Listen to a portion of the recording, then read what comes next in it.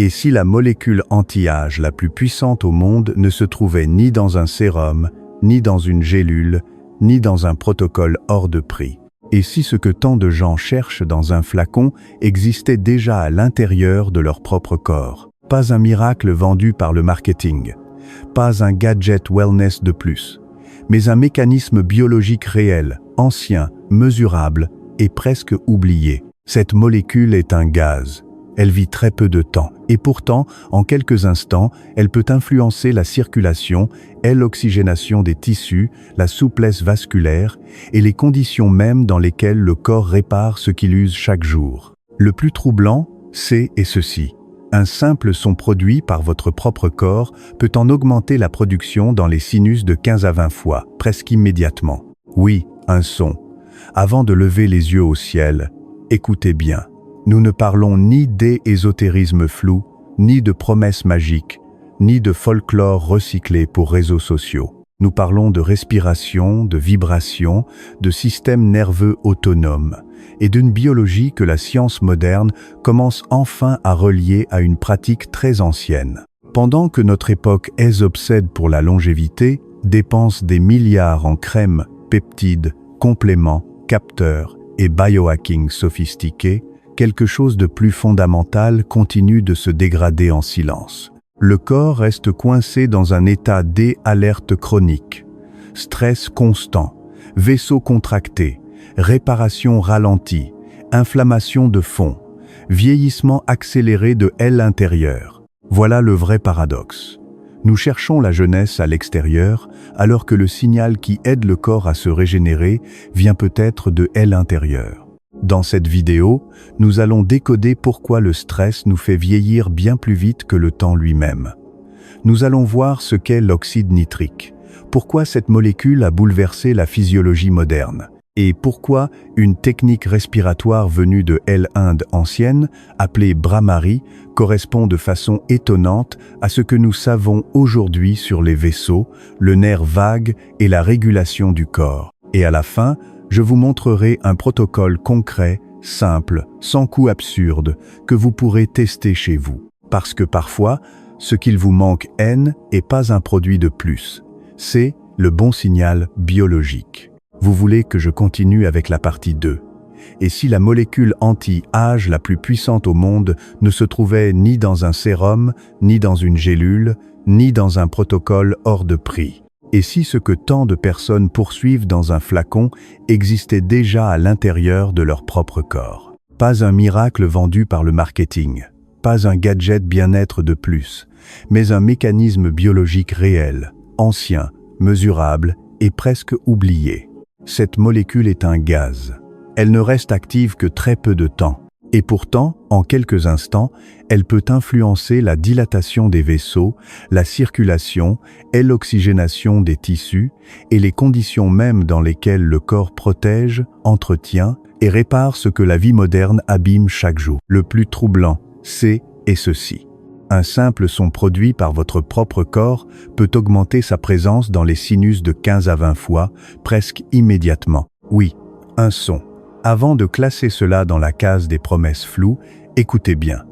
Nous ne parlons ni de mysticisme recyclé, ni de folklore décoratif, ni d'une illusion bien emballée pour vendre du rêve. Nous parlons de respiration, de vibration, de système nerveux autonome, et une logique biologique que la science moderne commence enfin à confirmer avec sérieux. C'est là que le paradoxe devient fascinant.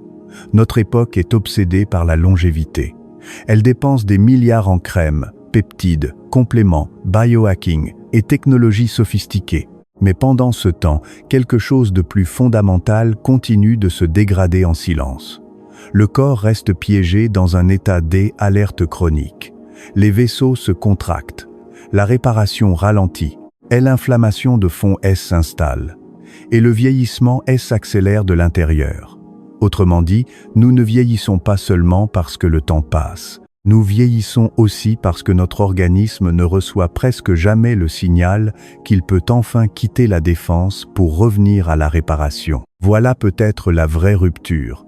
Ce dont vous avez le plus besoin ne se trouve peut-être pas à l'extérieur, ni dans une promesse coûteuse, ni dans un objet de plus, mais dans une capacité que votre physiologie possède déjà. Dans cette vidéo, nous allons voir pourquoi le stress nous fait vieillir plus vite que les années elles-mêmes. Nous allons comprendre ce qu'est L-oxyde nitrique, pourquoi cette molécule a bouleversé la physiologie moderne et pourquoi une technique respiratoire de Inde ancienne, appelée Bhramari, correspond de manière saisissante à ce que nous savons aujourd'hui sur les vaisseaux, le nerf vague et la régulation profonde du corps. Et à la fin, je vous montrerai un protocole concret, simple et applicable chez vous. Parce que parfois, le problème N n'est pas l'absence de solution. C est l'absence du bon signal biologique. Vous voulez que je continue avec la partie 2. Maintenant, il faut nommer le cœur chimique de cette histoire. L-oxyde nitrique. Pas le gaz hilarant. Pas une substance exotique réservée au laboratoire. L-oxyde nitrique, ou monoxyde d'azote, est une petite molécule gazeuse que le corps fabrique lui-même. Elle vit peu de temps.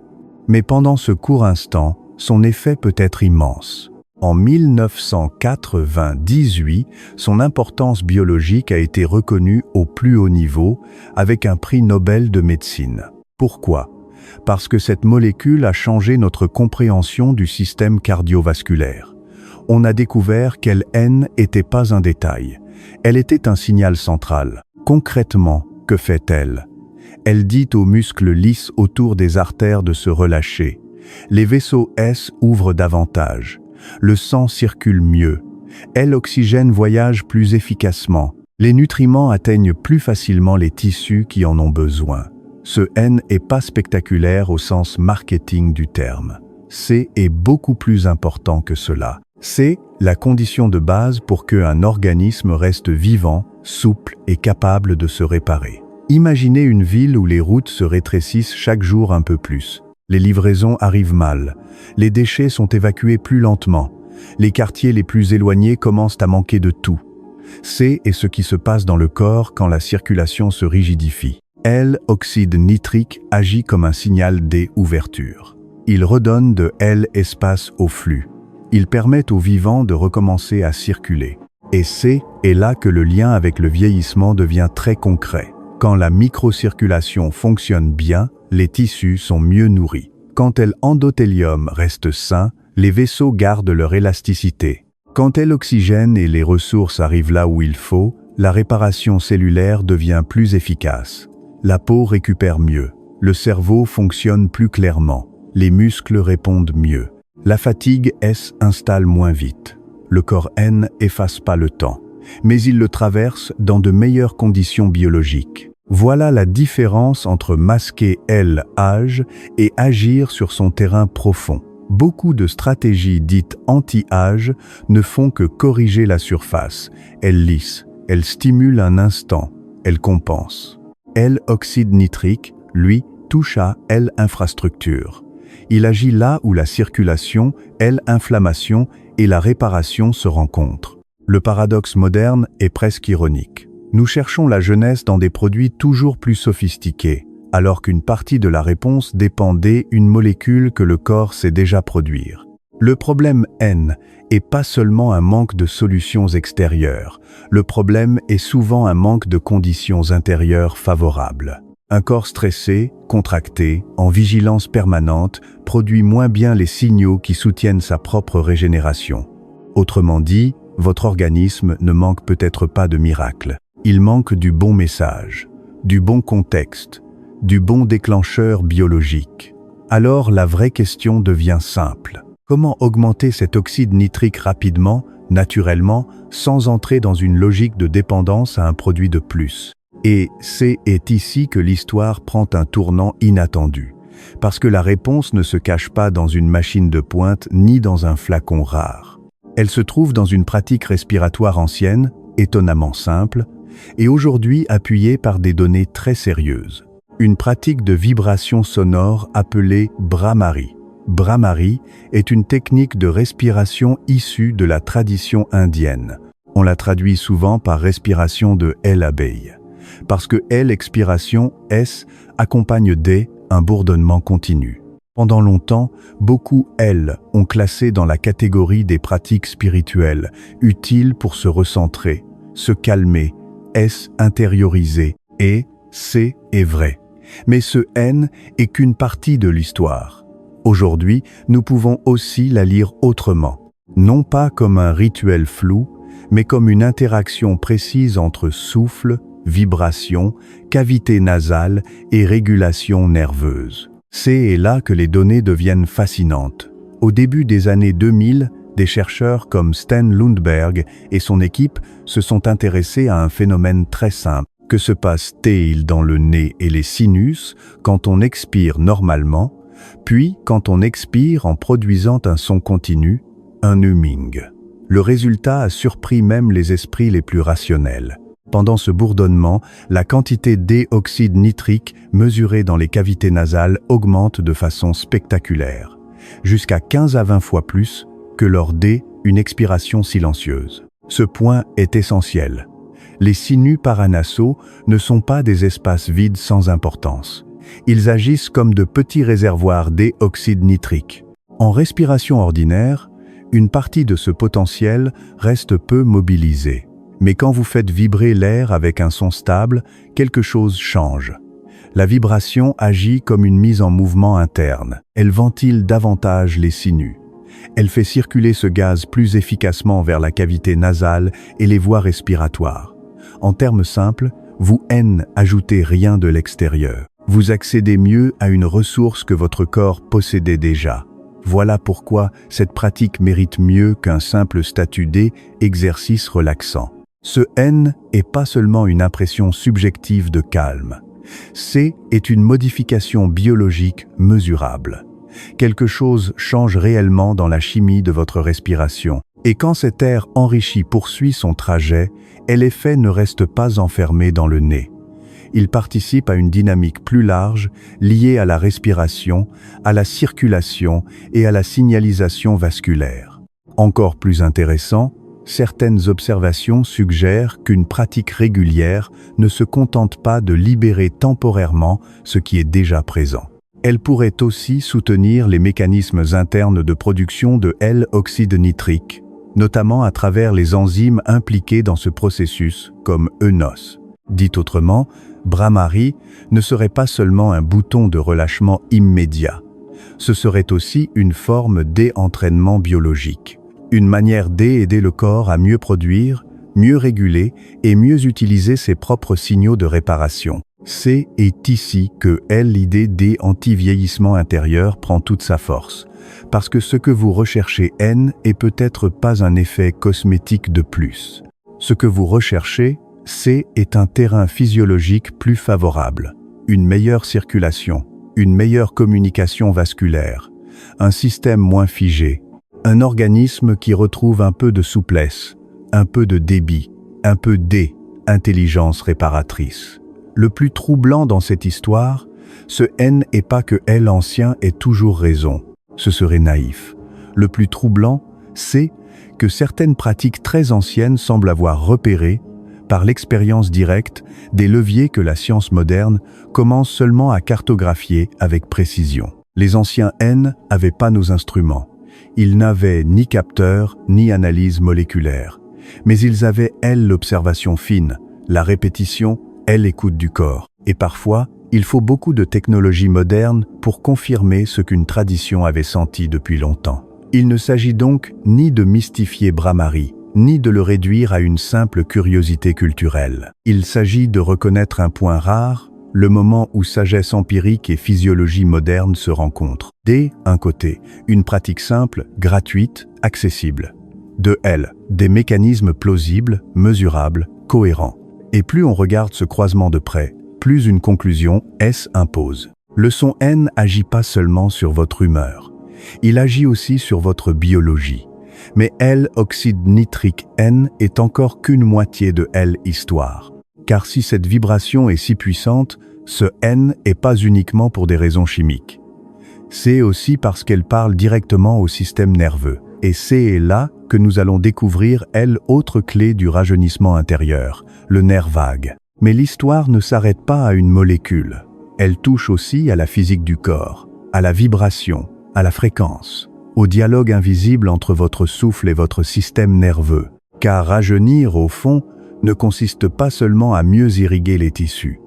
Cela consiste aussi à sortir d'un état d'alerte permanent. C est ici qu'entre en scène le nerf vague.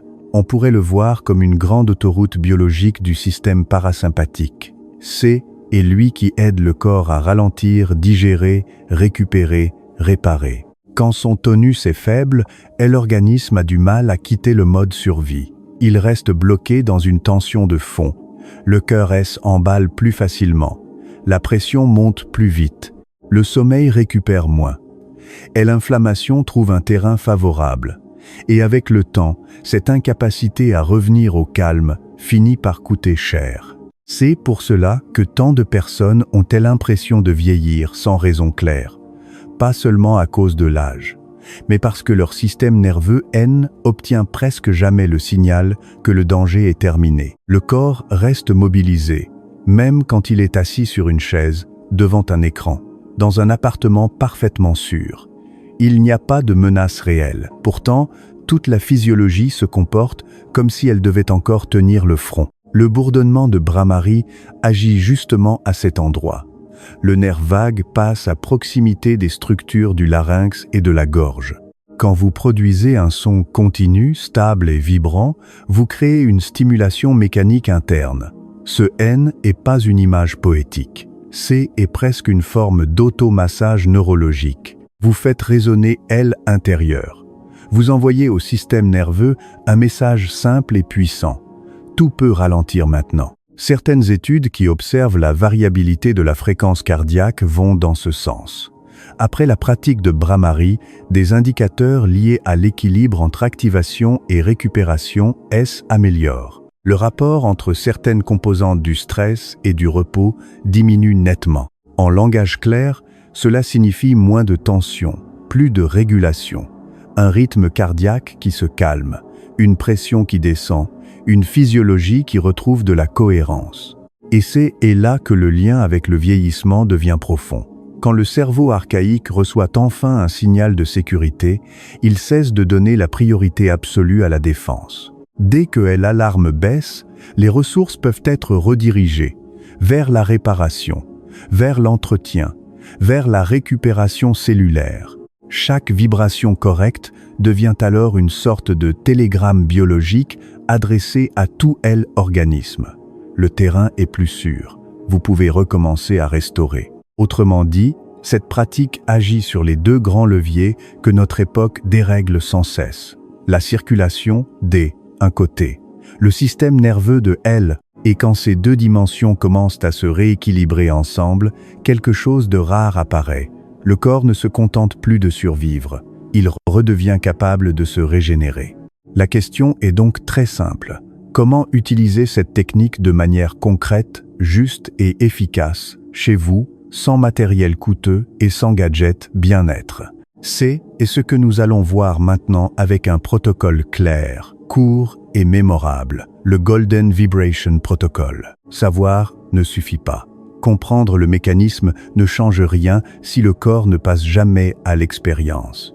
La vraie technologie ici n'est pas un objet. C'est une application, une pratique simple, précise, reproductible. Quelque chose que vous pouvez faire chez vous, sans machine, sans abonnement, sans miracle vendu en flacon. Voici donc le Golden Vibration Protocol. 3 étapes, 3 repères et un seul objectif, faire de votre propre corps l'instrument qui relance le calme, la circulation et la régulation. Première étape, le saut.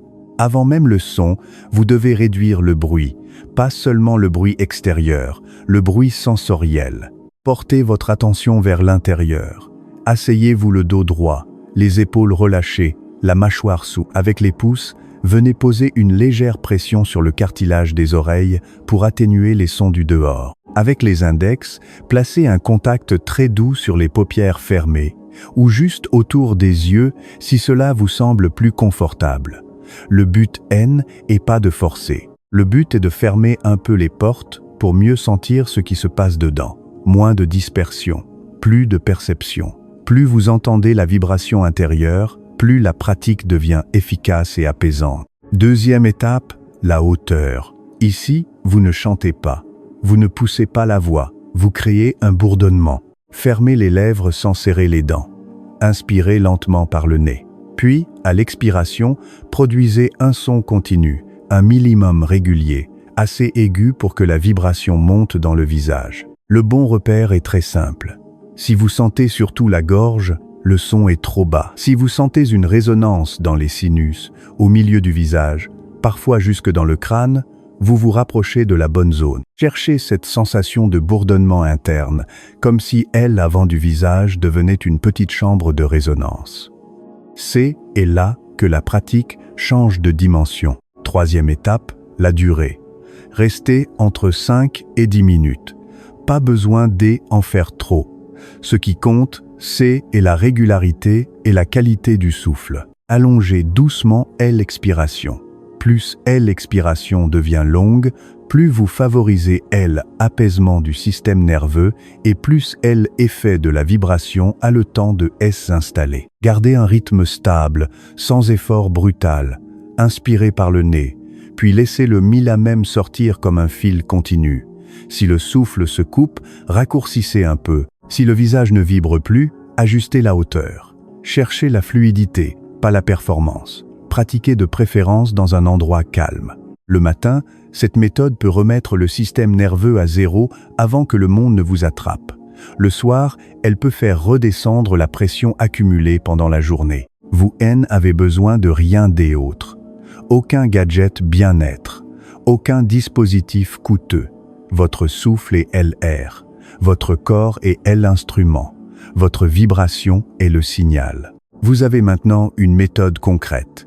Dans la dernière partie, nous allons rassembler tout cela en une seule idée forte. Pourquoi ce geste minuscule peut changer votre rapport au vieillissement, au stress et à votre propre pouvoir biologique. Nous passons une grande partie de notre vie à chercher la jeunesse à l'extérieur, dans des crèmes plus sophistiquées, dans des molécules plus rares, dans des promesses plus chères. Pourtant, une part essentielle de ce que nous appelons anti-âge ne se trouve pas dans un produit.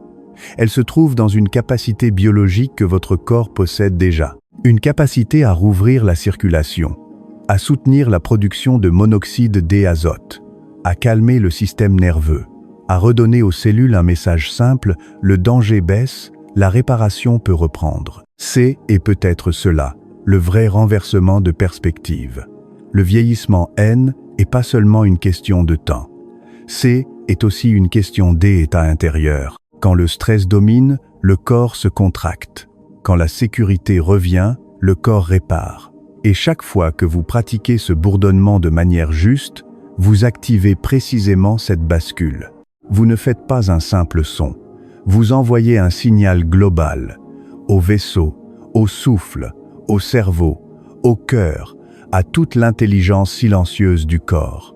Cela ne veut pas dire que vous contrôlez tout. Cela veut dire que vous n'êtes pas condamné à subir passivement. Vous n'êtes pas seulement le produit de vos gènes. Vous n'êtes pas seulement tiré vers elle avant par le calendrier. Vous pouvez influencer votre terrain biologique. Vous pouvez créer plus de cohérence, plus de récupération, plus de présence. Et parfois, c'est là que commence la vraie longévité. Ne retenez pas seulement votre souffle pour survivre. Commencez à vibrer pour régénérer. Si vous voulez explorer d'autres technologies anciennes que la science moderne commence enfin à comprendre, suivez la chaîne. Ici, nous ne courons pas après le bruit. Nous déchiffrons ce qui agit vraiment.